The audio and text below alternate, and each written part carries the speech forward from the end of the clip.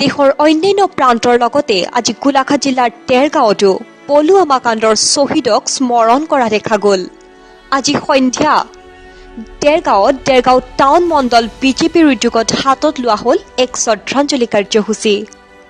কাৰ্যসূচী অনুসৰি ভাৰত জননীৰ বাবে প্ৰাণ আহুতি দিয়া ভাৰতীয় বীৰ সেনা জোৱানক স্মৰণ কৰে ভাৰতীয় জনতা পাৰ্টীৰ দেৰগাঁও টাউন মণ্ডল সমিতিৰ বিষয়ববীয়া আৰু উপস্থিত বিভিন্নজনে।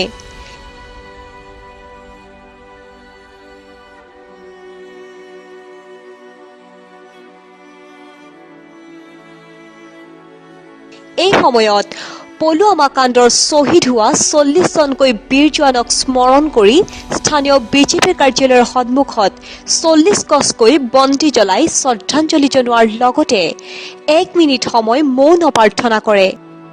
দেৰগাঁওবাসীয়ে 2019 চনৰ যি পুলৱামা কাণ্ড, যি ভাৰতীয় সেনা 40 জনকৈ সেনা দুষ্কৃতিকাৰীৰ হাতত নিহত হৈছিল, তেওঁলোকৰ বলিদানৰ প্ৰতি সন্মান জনাই আমি আজি সমবেত হৈ পেলাই তেওঁলোকৰ আত্মাৰ সদ্গতিৰ কাৰণে এগছি বন্তি জ্বলালোঁ আৰু লগতে দুষ্কৃতিকাৰীসকলৰ কাৰণেও একতা সকিয়নি যে ভাৰত মাতৃৰ যি শ্বহীদ বীৰসকল, তেওঁলোকৰ আত্মবলিদান কেতিয়াও অথলে নাযায় আৰু তাৰ প্ৰতিফল তেওঁলোকে হাতে হাতে পাই আহিছে এই দুষ্কৃতিকাৰীসকলে।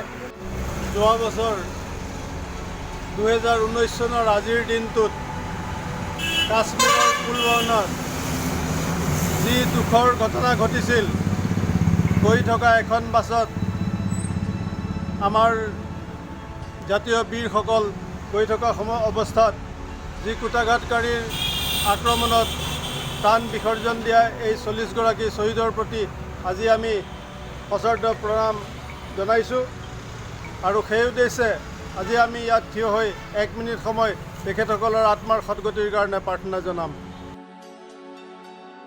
এই অনুষ্ঠানতে টাউন মণ্ডলৰ সভাপতি দিলীপ খাউণ্ড, অৰুণ শৰ্মা, অভিজিৎ বৰা আদি বিশিষ্ট লোকসকল উপস্থিত থাকি বীৰ শ্বহীদক শ্ৰদ্ধাৰে স্মৰণ কৰি বক্তব্য প্ৰদান কৰে।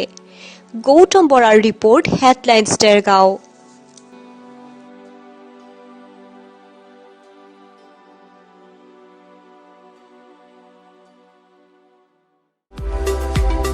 আপুনি নিশ্চয় পুৱাই উঠি একাপ চাহৰ সোৱাদ ল'ব বিচাৰে। দেৰগাঁও ৰেড টিৰ সৈতে পুৱাই লওক একাপ চাহৰ সোৱাদ। ৰেড টি খাওক আৰু দিনটোলৈ সতেজ কৰি ৰাখক নিজকে। দেৰগাঁও ৰেড টি ক্ৰয় কৰিবলৈ আপুনি আহক দেৰগাঁও ষ্টেট বেংকৰ সমীপত ৰেড টিৰ নিৰ্ভৰযোগ্য প্ৰতিষ্ঠান SSK টি ফেক্টৰী। যোগাযোগ নম্বৰ 8254910416।